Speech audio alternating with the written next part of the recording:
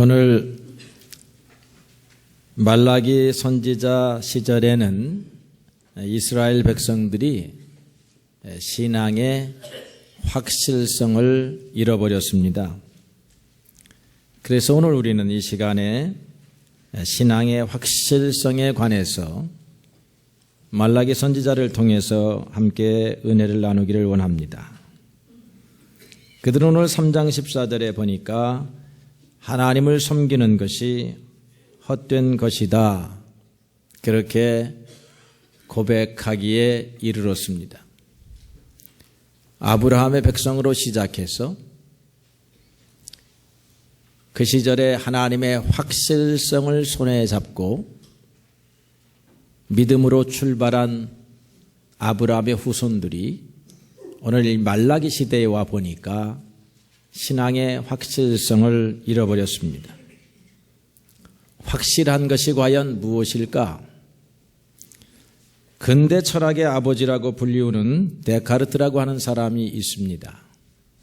이 사람이 확실한 것이 세상에는 무엇일까? 이런 생각을 했습니다. 그러다 보니까 우리 인간의 오성, 감각으로 생각하는 것들이 거짓이 너무 많다라고 하는 생각에 이르게 됩니다. 우리가 오늘 아름답다라고 생각하는 것도 그것이 과연 정말일까? 우리가 이것을 얻게 되면 행복할 것이라고 생각하는 세상적 신념도 과연 진실일까? 이렇게 의심을 해보기 시작해 보니까 가장 확실한 것이 내가 이 땅에 존재하고 있는 것만 확실하구나 하는 생각에 이르게 됩니다. 그래서 여기에서부터 확실성을 하나씩 쌓아가야 되겠다라고 생각하고 그 확실성에 이르르는 도구로 의심, 생각하는 것, 여러분 생각하는 것은 시시비비를 가리기 때문에 제1차적 시도가 의심입니다. 그래서 하나하나 이것이 옳은가 그런가 이렇게 생각해 보기 시작을 했습니다. 거기에서부터 신의 존재의 확실성에까지 추론하게 되는데 결국 데카르트는 신이 확실하게 계신다라고 결론을 맺고 신앙생활을 했지만 오늘 데카르트의 방법론을 따라가는 것이 결코 우리 신앙인들이 할 일은 아닙니다. 왜냐하면 하나님을 아는 것이 이렇게 철학적 명제에 의해서 추론에 이르러 결국 이 세계의 우주의 제1운동자요 제1원인으로서 하나님을 바라보는 것이 아니라 하나님이 우리와 같이 완악한 사람들의 문을 강제적으로 어찌 보면 주님의 주도적으로 우리의 마음의 문을 열어서 우리로 하여금 하나님의 세계를 보고 하나님과 하나님의 아들 예수 그리스도를 믿는 믿음의 확실성에 기초해서 신앙생활을 하게 한 줄로 믿습니다. 그래서 오늘 우리는 자아의 확실성 속에서 하나님의 확실성 속으로 나아가기보다는 하나님의 확실성을 먼저 손에 붙잡고 신앙생활해야 하는 사람이야 돼야 된다, 그렇게 믿습니다. 히브리서 기자는 히브리서 11장 6절에 믿음이 없이는 하나님을 기쁘시게 못하나니 하나님께 나아가는 자는 반드시 그가 계신 것과 자기를 찾는 자들에게 상 주시는 이심을 믿어야 할지니라, 이렇게 말씀했습니다. 여러분들은 이런 확실한 믿음 가운데 오늘 신앙생활하고 있는지 자기 자신을 돌아볼 수 있게 되기를 주님의 이름으로 축복합니다.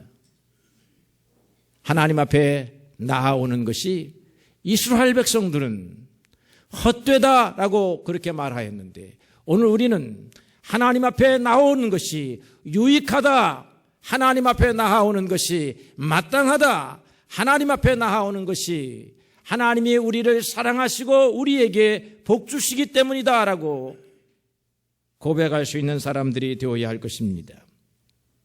어리석은 사람들은 하나님이 없다고 하는 반면에 지혜로운 사람들은 여호와는 나의 목자시니 내가 부족함이 없으리로다 고백하며 살아갑니다. 어리석은 사람들은 자기의 힘을 의지합니다. 자기의 튼튼한 다리를 의지합니다. 명석한 지혜를 의지합니다. 내가 가지고 있는 세상의 기반을 의지하지만 지혜로운 사람들은 하나님의 능력에 의지하는 줄로 그렇게 믿습니다. 왜냐하면 하나님은 지혜를 자랑하는 자를 기뻐하지 아니하시고 자기의 건강을 자랑하는 자를 기뻐하지 아니하시고 자기의 부족함을 인정하고 하나님 앞에 나아와서 주님께 간구하는 사람들을 기뻐하시기 때문에 지혜로운 사람들은 하나님의 은총과 능력을 자기의 지혜로 만들면서 살아가는 사람인 줄로 그렇게 믿습니다. 어리석은 사람들은 허탄한 것을 자랑합니다. 내일을 자랑합니다. 그러나 지혜로운 사람들은 내일이 어떻게 될지 주님의 손안에 있음을 믿고 내일을 주시옵소서, 내일에 주님이 우리와 함께 하시옵소서라고 기도하고 살아가는 사람들이라 그렇게 믿습니다. 잠언 27장 1절에 보니까 너는 내일 일을 자랑하지 말라. 하루 동안에 무슨 일이 일어날지 내가 알 수 없음이라 라고 그렇게 말하고 있습니다. 아브라함이 하나님을 섬겼기 때문에 갈대아 우르를 떠난 것은 헛된 것이 아니었습니다. 요셉이 하나님의 말씀의 계명을 생명과 같이 여겨서 불의와 타협하지 아니하고 감옥에 간 것이 결코 헛된 것이 아니었습니다. 오늘 우리가 예수님을 믿는 이 믿음, 이 신앙이 결코 헛된 것을 붙잡고 있는 것이 아니라 확실한 것을 붙잡고 있다라고 하는 사실을 여러분들이 믿을 수 있게 되기를 소망합니다. 여러분, 우리가 확실히 할 것 세 가지가 있습니다. 오늘 말라기 선지자의 말씀을 따라서 오늘 우리가 확실히 해야 할 신앙의 세 가지 기둥, 이 세 가지 기둥 가운데 첫 번째의 것이 하나님의 말씀을 지키며 산다. 하나님의 말씀인 하나님의 거룩한 명령, 하나님의 계명을 지키고 살아야 한다. 이 확실성을 여러분들이 가져야 할 줄로 그렇게 믿습니다. 이스라엘 백성들은 마음이 완악해져서 말씀을 듣기에 둔감했습니다. 마음이 강팍해져서 하나님의 말씀 듣기를 거절했습니다. 또 그들의 마음이 고집스러워 가지고 듣기만 했지 행치 아니했습니다. 그들은 하나님의 말씀을 따라가는 것보다는 세상의 소리, 아니 자기의 마음속에서 울려나오는 욕망의 소리를 따라 살아갔습니다. 육신의 욕망을 사도 요한이 이렇게 말했습니다. 육신의 정욕과 안목의 정욕과 이생의 자랑이니 우리는 이것을 따라 살아갔는데 성경은 하나님을 따라가라 그렇게 말하고 있고 하나님의 명령을 따라가면 어떤 복을 받는지 신명기서 28장에 확실하게 말해주고 있습니다. 신명기 28장을 다 여러분들에게 소개할 수 없지만 몇 구절을 소개하면 너희가 말씀을 지키게 되면 네 하나님 여호와께서 너를 세계 모든 민족 위에 뛰어나게 하실 것이라. 여호와께서 명령하사 내 창고와 내 손으로 하는 모든 일에 복을 내리시고 성읍에서도 복을 받고 들에서도 복을 받고 들어와도 복을 받고 나가서도 복을 받는 그런 약속을 주셨습니다. 하나님의 명령을 따라가면 이와 같은 복을 어느 누구나 예외 없이 받는 줄로 믿습니다. 이런 신앙의 확실성을 여러분들이 가져야 하나님의 말씀을 듣는 줄로 믿습니다.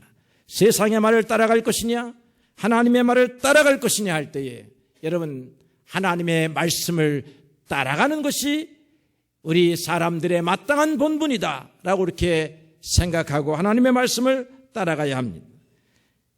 이스라엘 백성들은 아브라함을 자랑했습니다.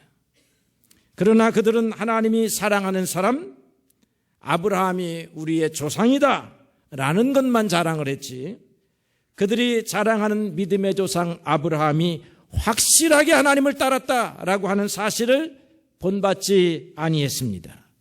우리에게 확실한 조상 주신 것을 우리가 감사해야 되겠습니다. 그러나 확실한 조상 주신 것, 여러분 앞에 확실한 신앙인들이 여러분 앞에 몇몇 서 있는 것은 그 사람처럼 확실하게 하나님을 섬기며 따라가서 하나님이 확실하게 약속하신 복을 누리라고 확실한 조상을 주신 것이지, 조상 때문에 하나님이 우리를 당연히 사랑하실 것이다 이렇게 생각해서는 아니 되는 줄로 그렇게 믿습니다.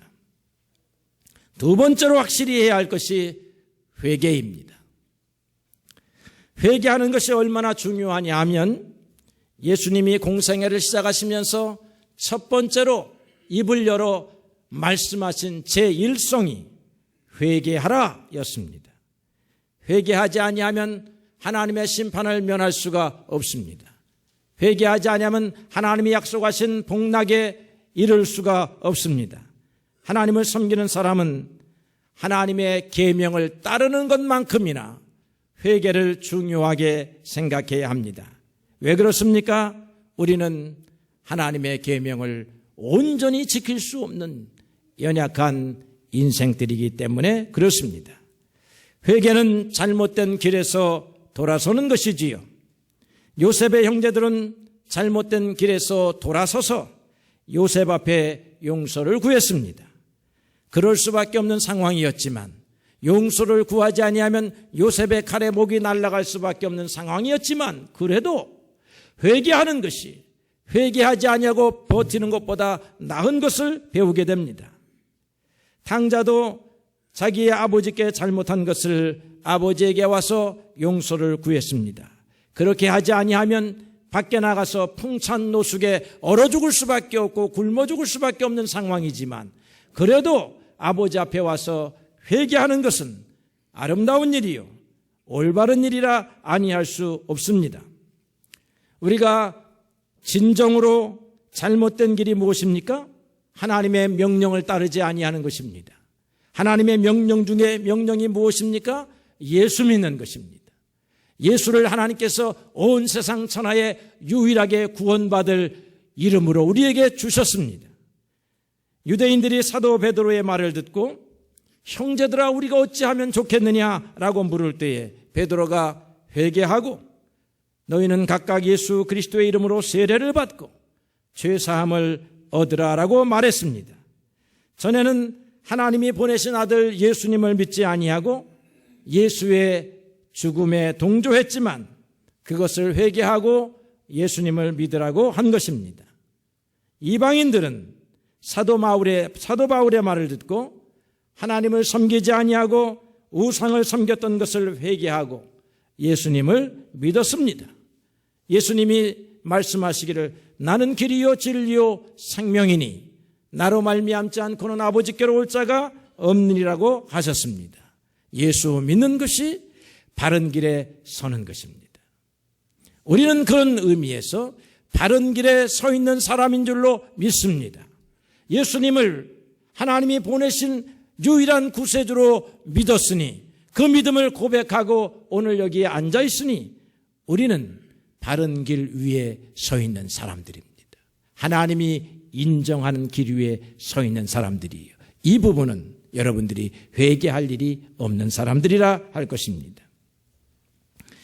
그러면 우리가 예수 믿었으면 더 이상 회개하지 않아도 되는 것입니까? 그렇지 않지요. 우리는 예수님을 믿어도 여전히 죄를 짓고 삽니다. 그런 죄는 육신의 연약함 때문에 오는 죄입니다. 입으로는 예수님을 구주로 시인하고 살지만 육신이 연약함으로, 믿음이 연약함으로 하나님의 계명, 예수님께서 주신 참된 하나님의 계명을 지키지 못하고 사는 것이 우리들의 삶입니다. 목표는 정하였으나 그 목표 앞에 이르기 전에 넘어지는 것이 우리의 삶이지요. 우리는 그것을 회개하는 것입니다. 오늘 참회의 기도 시간에는 그것을 회개하는 것입니다. 그래서 회개는 두 가지 차원이 있어요. 한 가지 차원이 무엇입니까? 하나님의 집으로 들어가기 위한 회개입니다. 이것이 우리는 이미 그 회개를 하고 하나님의 집 안으로 들어왔습니다. 다른 회개가 하나 있습니다. 하나님의 집 안에서 하나님의 자녀로 올바로 살아가지 못하기 때문에 하는 회개입니다. 우리가 오늘 말하는 회개는 이 회개를 하는 거예요. 예수 믿지 않는 사람들에게 회개하라 하는 말은 하나님의 집으로 들어오너라 하는 말이, 오늘 예수 믿는 사람들에게 회개하라 하는 말은 하나님의 집 안에서 똑바로 아들답게 살아라 하는 그런 회개인 줄로 그렇게 믿습니다. 어떤 사람들은 이 회개를 구분하지 못해서 우리가 회개하였으니 하나님의 집 안으로 들어왔으니 이제는 마음대로 살아도 된다라고 생각하는 그룹들이 있습니다. 얼마나 잘못된 것입니까?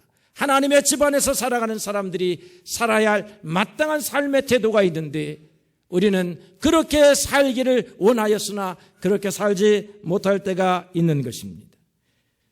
전자는 우리가 하나님을 알지 못하며 우상 숭배를 하고 살았기 때문에 하는 회개였습니다. 그것은 일회성 회개, 한 번만으로 하는 회개, 여러분 일생에 단 한 번만 하고 예수 믿으면 되는 회개입니다. 두 번 다시 할 필요가 없는 회개. 예수 그리스도께서 단번에 자기를 들이심으로 우리는 거룩함을 얻었노라. 히브리서 10장 10절의 말씀, 우리는 불법을 사함 받았은 즉 다시는 죄 사함을 위하여 제사 드릴 것이 없느니라 하는 히브리서 10장 18절의 말씀에 의하면 하나님의 집으로 들어가기 위해서 다시 회개할 필요가 없는 사람들입니다. 그러나 우리는 후자의 회개를 매일같이 해야 할 것입니다. 우리가 매일 하는 회개는 예수님을 믿고 예수님을 따른다고 하면서도 그렇게 살지 못하였습니다. 아버지를 반역하였기 때문에 하는 회개가 아니라 아버지의 집에서 자녀답게 살지 못한 것에 대해서 하는 회개인 줄로 압니다.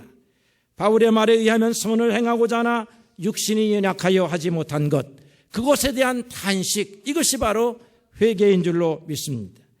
그것을 예수님께서는 이렇게 말씀하셨어요. 예수님께서 어느 날 제자들에게 발을 씻기기 위해서 허리에 수건을 두르시고 대야에 물을 가져다가 발을 씻기려고 하니까 베드로가 말하기를 주님 어찌하여 우리에게 발을 씻기십니까? 거절했지요. 예수님이 말씀하시기를 내가 너희의 발을 씻기지 아니하면 너희는 나와 상관없는 자라 말씀하시면서 발을 씻기시려고 하니까 베드로가 말하기를 주님 이왕 씻기시려면 머리도 씻겨주시고 얼굴도 씻겨주시고 손도 좀 씻겨주십시오 이렇게 부탁을 합니다. 예수님께서 머리를 씻기시기 싫었던지 손을 씻기기 싫으셨던지 거절하시면서 이미 목욕한 자는 발밖에 씻을 필요가 없느니라. 온 몸이 깨끗하니라. 너희가 깨끗하지만 다는 아니다. 이렇게 말씀하셨어요. 예수님이 목욕시켜 주셨기 때문에 몸이 깨끗하다 말씀하신 것이 아니지요. 그들이 예수님을 믿었기 때문에 몸이 깨끗해진 것입니다. 그런데 살다 보니 발이 더러워지는 거예요. 이걸 우리가 두 가지로 구분할 수 있다는 것입니다. 우리는 예수님을 믿느냐 안 믿느냐, 신앙의 문에 들어오느냐 들어오지 않느냐 하는 그런 회개와 신앙의 문에 들어와서 신앙인답게 살지 못한 삶에 대한 회개가 있는데 이것이 발을 씻는 행위다 하는 것입니다. 회개를 무시하면 안 되는 거지요. 회개하지 않는 사람은 내가 하나님의 뜻대로 늘 살았습니다라고 교만하게 살아가는 것이지요. 여러분 확실히 해야 될 것이 우리는 연약하여 주님이 주신 계명을 온전히 지킬 수 없는 인생들입니다. 확실히 하셔야 합니다. 그리고 아침 저녁으로 여러분 회개 기도해야 하는 거예요. 주님 앞에 나아올 때마다 회개해야 하는 것입니다. 한 주간 살아보니 여러분 우리의 죄악이 손가락으로 셀 수 없을 만큼 많이 짓고 삽니다. 저도 그렇고 여러분들도 그래요. 그러나 이것 때문에 하나님께서 우리를 내치시고 문 밖으로 쫓아내지는 않지만 우리가 회개하는 모습을 통해서 주님이 우리를 기뻐하시는 줄로 그렇게 믿습니다. 세 번째로 확실히 해야 될 것, 오늘 보니까 15절에 교만한 자가 복을 받는다라고 그렇게 말하였다는 것입니다. 여러분, 교만은 결코 하나님 앞에 인정받을 수 없는 것입니다. 교만을 버리고 겸손히 살아야 한다. 이것을 우리가 신앙 안에서 확실히 할 것 세 번째입니다. 그들은 교만한 자가 복이 되며 악을 행하는 자가 창성하며 하나님을 시험하는 자가 복되다, 화를 면한다, 그렇게 생각을 했다는 것이지요. 겸손함이란 자기 자신을 낮추는 것이기 때문에 인간적인 눈으로 보면 결코 복되지 아니할 수 있습니다. 그러나 전능하신 하나님은 영원 불변한 한 가지의 법칙을 정하셨습니다. 교만은 멸망의 선봉이요, 겸손은 존귀의 앞잡이니라. 겸손은 존귀의 안내자이니라. 이런 법칙을 정하셨어요. 이거 확실한 것입니다. 이 확실성 앞에 우리가 신앙생활을 해야 돼요. 예수님이 이런 비유를 하셨습니다. 혼인자리에 초청을 받게 되면 저 말석 끝에 좌석에 가서 앉아라. 여러분, 그렇다고 해서 예배당에 들어와서 저 뒤에 앉으라는 말이 아니에요. 이 앞에 앉으셔야 돼. 앞에. 혼인자리에 가면 옛날에 보면 이 주빈석이 있고 신랑 신부가 있고 헤드 테이블이 앞에 있습니다. 그러니까 내가 헤드 테이블에 앉아야 할 사람인가 아닌가 생각한다는 거죠. 내 지위면, 내 주인과 혼인잔치를 베푼 주인과의 관계면 내가 헤드 테이블에 앉을 만한 사람인데 하고 터벅터벅 가가지고 앉게 되면 맞을 수도 있지만 틀리게 될 수가 있어요. 틀리게 되면 죄송합니다. 이 자리는 당신 자리가 아닙니다. 이렇게 되니까 일어나서 갈 곳을 보니까 다른 곳에 자리가 다 찾아가지고 맨 뒤로 가게 되었다라고 하는 것입니다. 그런데 어떤 사람이 와서 맨 뒤에 앉았습니다. 그런데 주인이 보니까 그 사람이 중요한 사람이에요. 그러니까 얼른 내려가서 저 뒤에 있는 사람 갖다가 헤드 테이블에 앉으셔야 할 분이십니다. 이리 오십시오. 이렇게 주님께서 비유의 말씀을 하셨다는 거예요. 무엇 때문에 그랬느냐면 겸손함을 가르치려고 그렇게 말씀하신 것이죠. 여러분, 우리가 주인이 없다면, 그렇게 조종해 주시는 분이 없다면 경쟁적으로 먼저 가서 앞자리에 앉으면 돼요. 우리가 시장에서 이렇게 저 옛날 광대가 와가지고 약을 팔면 서로 앞에 가서 보려고 했습니다. 어린아이는 앞에 낄 수가 없었어요. 뒤로 가 이렇게 하니까 낄 수가 없었어요. 그런 데서는 앞자리에 가야 돼요. 그러나 질서를 정하시는 주인이 있을 때에는 주인에 따라서 자리가 정해지잖아요. 하나님이 계시다는 거지요. 겸손한 사람을 앞자리에 앉히겠다고 하나님이 정하셨다는 거지요. 그런데 우리는 하나님 없이 산다는 것입니다. 앞자리에 내 힘으로 차지하면 그 자리가 내 자리라고 생각한다는 것이지요. 여러분, 겸손하게 뒷자리에 앉아 있으면 하나님이 앞자리로 불러내실 사람은 앞자리로 불러내시고 뒷자리로 몰아내실 사람 같으면 뒷자리로 몰아내신다는 것입니다. 이거 확실한 것이에요. 이거 믿고 살아야 될 줄로 그렇게 믿습니다. 예수님께서 무릇 자기를 높이는 자는 낮아지고 자기를 낮추는 자는 높아지리라. 하나님이 계시기 때문에 가능한 것입니다. 우리는 하나님이 계시다고 하는 사실을 믿고 사는 사람이기 때문에 이 하나님의 약속의 말씀을 믿고 겸손한 자리에 앉아 있으면 하나님이 마땅한 자리로 안내해 주시는 줄로 그렇게 믿습니다. 교만한 사울은 멸망했지만 겸손한 다윗은 존귀케 되었습니다. 여러분, 겸손이 교만을 이기는 것입니다. 왜 그렇습니까? 하나님이 교만한 자는 물리치시고 겸손한 자와 함께 하시기 때문에 그렇습니다. 그들은 하나님을 시험하고도 하나님 앞에 교만히 하고도 결코 하나님의 화를 입지 않겠다라고 이스라엘 사람들이 생각했다라고 하는 것인데, 이것은 사도 바울의 말에 의하면 하나님의 풍성하신 인자, 용서하심을 멸시하는 사람들이라 그렇게 말했습니다.